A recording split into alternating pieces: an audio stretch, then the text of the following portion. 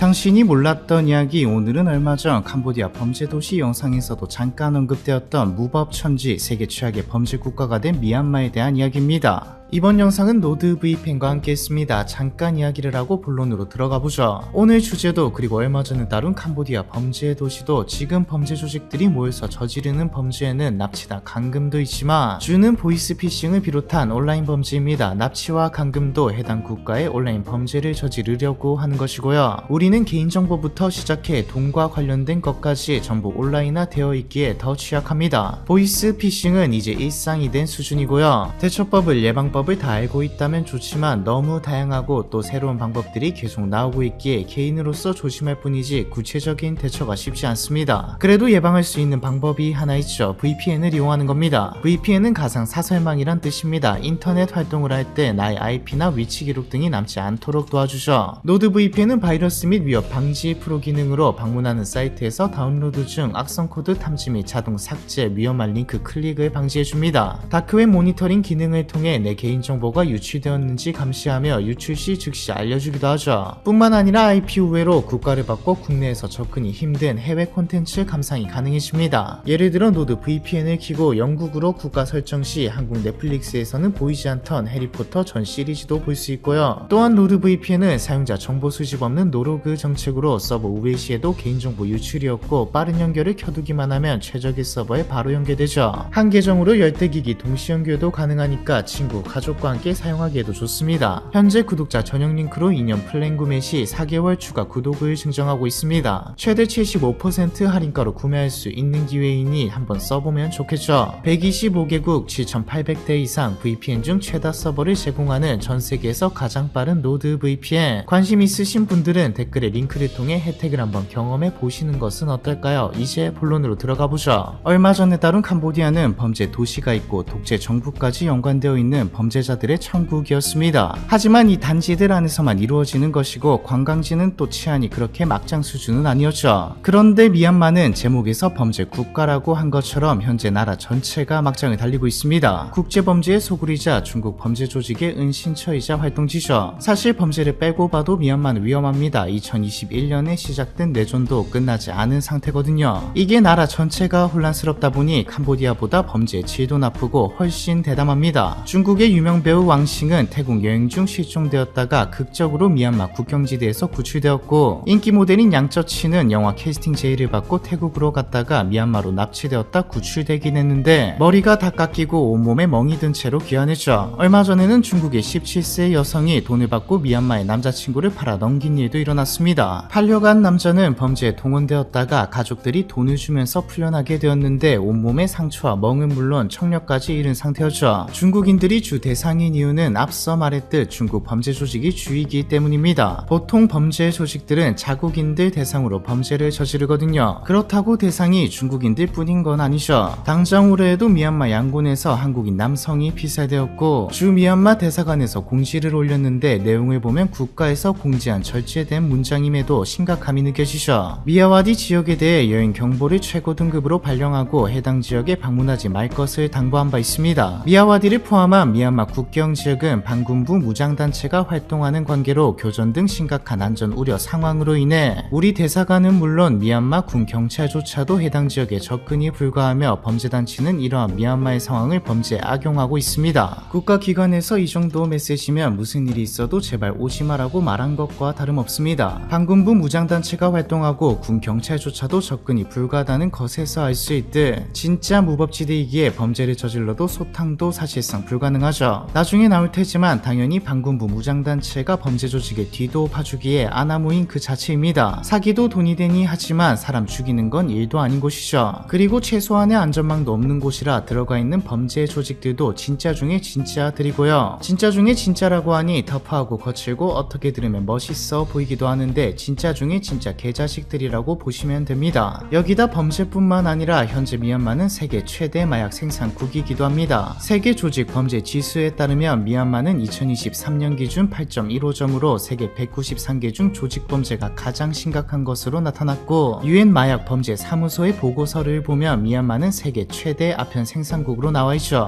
유엔 마약 범죄 사무소는 미얀마 전체도 아니고 산주라는 지역에서 수출한 마약만 2주에 달할 것으로 추정하고 있고요. 한때 불교의 나라, 풍요로운 자연과 문화로 유명했던 미얀마는 어쩌다 최악의 범죄 국가라고 불릴 정도로 막장이 된 걸까요? 사실 지금 내전과 치안 공백으로 개막장이 되어서 심해진 것이지 미얀마는 과거부터 범죄와 관련이 깊기는 했습니다. 태국, 라오스, 미얀마와 접한 위치에 있는 밀림지대는 과거부터 황금 삼각지 골든 트라이앵글이라고 불렸죠. 이 삼각지대는 아편 생산의 최적의 장소입니다. 기후부터 자연 환경까지, 여기다 국경지역이라는 점에서 각국의 범죄 조직이 모이기도 쉽고 만약의 상황에서 도망가기도 쉽죠. 20세기 중후반부터 마약 밀매의 중심지가 되었고, 조금만 더 가면 중국과도 연계되어 있기에 중국 범죄 조직이 자주 드나들던 곳이기도 했습니다. 마약으로 돈을 번 조직들은 아예 생산과 밀매를 넘어 사업체처럼 공장을 짓고 무기 거래부터 시작해 돈 세탁과 인신매매까지 돈 되는 범죄는 다 행했죠. 그러다 2007년 라오스 정부가 중국 자본을 투입해서 골든 트라이앵글 경제 특구를 조성하면서 카지노까지 들어왔죠. 치안이 좋은 나라가 아니라면 괜찮았던 지역도 카지노가 들어서게 되면 그 주변이 막장이 됩니다. 말만 경제 특구, 관광단지였지 카지노가 들어서자 유흥과 사채 등 더 음지와 가까워졌죠. 중국에 돈이 투입되었던 만큼 당시 주고객은 중국인들이었습니다. 이때 중국 범죄 조직들도 본격적으로 진출을 하면서 자체적으로 마약 생산 기지까지 만들었죠. 한때 아시아 지역 필로폰 생산의 40%가 골든 트라이앵글에서 중국 범죄 조직이 만든 것일 정도가 되었습니다. 그런데 사실 일반인 입장에서는 안 가면 그만이죠. 인신매매, 사채 등의 범죄 대상도 도박하러 온 중국인들이었고 일반 사람들은 여기에 갈 이유도 없었습니다. 범죄 조직도 가장 큰 수익은 결국 마약이었기에 굳이 외부인들을 데려올 이유도 없었고, 인신매매는 특이한 케이스가 아니면 자기들도 리스크가 좀 크기에 주가 아니었죠. 하지만 코로나가 터지면서 그리고 내전이 터지면서 양상이 바뀌게 됩니다. 2020년 코로나가 확산되면서 모든 산업이 피해를 입었지만 범죄 조직들의 전통적인 돈벌이들도 타격을 입었습니다. 골든 트라이앵글 지역에서는 카지노 종사자들부터 시작해 지역에서 유흥과 사채로 돈 벌던 조직들도 길을 잃었고, 국경 단속과 수출입 통제도 강화되면서 밀매도 힘들어졌고, 인신매매는 안 그래도 리스크가 있는데 더 힘들어졌죠. 이대로 가다가는 조직이 다 와야 될 수준의 위기가 닥쳤습니다. 캄보디아 영상에서도 나온 이야기인데 이때 범죄 조직들이 찾은 돈벌이가 온라인 사기입니다. 텅 빈 카지노는 아예 문을 걸어 잠그고 라이브로 송출하면서 전 세계인을 대상으로 도박장을 오픈했고, 직접 찾아갈 필요도 없이 수고를 들여 작업할 필요도 없이 불특정 다수를 대상으로 보이스피싱, 투자 사기부터 시작해 음란물을 이용한 협박 등등 셀 수도 없이 많은 방법을 만들어냈죠. 이게 돈이 크게 되려나 했지만 결과는 상상 이상이었습니다. 마약을 제외하면 이때까지 했던 그 어떤 범죄들보다 더 많은 돈을 땡길 수 있었죠. 아니 어쩌면 온라인 범죄는 마약보다 더 큰 부를 창출할 수 있는 범죄 조직의 미래 먹거리 신사업이 되었습니다. 이 와중에 미얀마에서는 2021년 아웅산 수치 정부 상대로 군부에서 쿠데타가 일어났죠. 시민들이 불복종 운동과 시위를 하기 시작했는데 군부가 유혈 진압을 해버리면서 시민과 무장 세력들이 들고 일어났고, 2021년 9월 7일 반군부 민주진영인 국민통합정부가 군부에 공식적으로 전쟁을 선포하면서 내전까지 번지게 됩니다. 앞서 말했듯 아직까지도 내전은 끝나지 않았죠. 이때를 틈타 무장단체들도 하나둘 생겨났고 내전에 집중하다 보니 당연히 치안은 바닥을 뚫었습니다. 사실상의 무정부 상태가 되었죠. 군정에 맞선다고 나선 지역의 반군과 무장단체들은 지역을 점령해서 영토를 수호한다며 군과 경찰을 몰아낸 뒤 자기 세상처럼 마약이나 범죄를 통해 돈을 벌기 시작했습니다. 이제 누가 선인지 악인지 구분이 안 될 정도까지 가버렸죠. 사법 시스템도 당연히 마비되었기에 범죄 조직들에게 미얀마는 그야말로 범죄 낙원이 되었습니다. 뇌물도 그 지역을 관할하는 무장단체한테만 주면 끝이고요. 코로나가 끝났지만 범죄 조직들은 과거로 돌아가지 않았습니다. 앞서 말했듯 온라인 범죄가 상상 이상으로 큰 돈을 벌어다 주었거든요. 그런데 문제가 하나 있었습니다. 온라인 도박장은 너무 많아서 경쟁이 빡세고 가장 돈 되는 건 투자 사기, 로맨스 스캠, 보이스피싱 같은 사기인데 이건 사람이 직접 해야 하거든요. 한마디로 일할 사람이 부족해졌다는 말입니다. 코로나는 끝났지만 내전은 끝이 안 나서 아무도 미얀마로 여행을 오지 않으니 납치도 힘들었죠. 미얀마 사람들이 쓰기에는 조건이 안 맞았습니다. 일단 컴퓨터와 SNS를 잘 다뤄야 하기도 하고 돈이 되려면 잘 사는 나라 사람들을 대상으로 사기를 쳐야 가르쳐야 하는데 언어가 돼야 하고 어느 정도 문화나 어떤 사기가 먹히는지 사회가 어떻게 돌아가는지도 대충 알아야 하죠. 몇몇 브레인들도 필요합니다. 투자 사기를 치려면 투자에 대해서 기본적으로 알고 있어야지 사기를 치고 가짜 앱이나 가짜 쇼핑몰도 만들어야 하고 진짜 사업체처럼 운영하기 때문에 보스는 몰라도 경영을 비롯해 체계를 구축하고 굴러가게 할 사람도 필요하죠. 이들이 선택한 건 미얀마에는 안 오니 유인해서 다른 곳에서 납치하자입니다. 정규교육을 전부 다 받고 이왕이면 대학까지 나온 사람이 좋으니 가장 좋은 방법은 취직으로 꼬시는 거죠. 한국을 비롯해 선진국 대부분은 현재 심각한 청년 실업을 겪고 있습니다. 특히 한국과 중국은 고학력 실업자, 고학력 구직 포기자가 엄청나죠. 단순히 시키는 대로 일하는 인원은 더 구하기 쉽습니다. SNS나 해당 국가의 구인구직 사이트에 공고를 내고 해외 고소득 직장, 숙식 제공 이런 문구로 현혹해서 동남아시아 사람들이 유인해 납치하면 되니까요. 보통 납치하는 유인하는 곳은 태국입니다. 연락이 오면 비행기 표를 보내주고 픽업을 받다며 차에 태운 뒤 국경지대 혹은 지정된 장소로 이동해서 납치하면 끝이죠. 중국인들이 유난히 많이 납치되는 건 일단 뿌리 내린 범죄 조직이 중국 조직이기도 하고 중국 청년 실업이 수치상으로는 17% 정도지만 통계에 따라 실제 실업률은 40%까지도 볼 정도로 심각하거든요. 이들 대부분이 고학력자이기도 하고요. 국경지대까지 왔다면 이제 돌아갈 방법은 없습니다. 밤에 밀림을 걸어서 간다던가 뇌물을 주는 등 미얀마까지 들어가는 루트는 다 짜여져 있고 앞서 말했던 미얀마는 무법지대라 경찰이든 뭐든 들어간 이상 도움을 구할 방법도 없죠. 납치된 이들이 도착하는 곳은 사무실과 숙소가 모여있는 대규모 시설입니다. 신도시 개발구역 경제특구라는 이름으로 포장되어 있지만 실상은 무장 경비원으로 둘러싸여 있는 감옥이죠. 카렌주 남부 슈에꼬꼬 지역과 KK파크가 가장 유명하고 이외에도 미얀마 각지의 센터가 설립되어 있습니다. 여기에 들어서면 일단 맞고 다음날부터 일을 시키는데 할당량을 주고 피해자이자 가해자가 되어 사기를 치도록 하죠.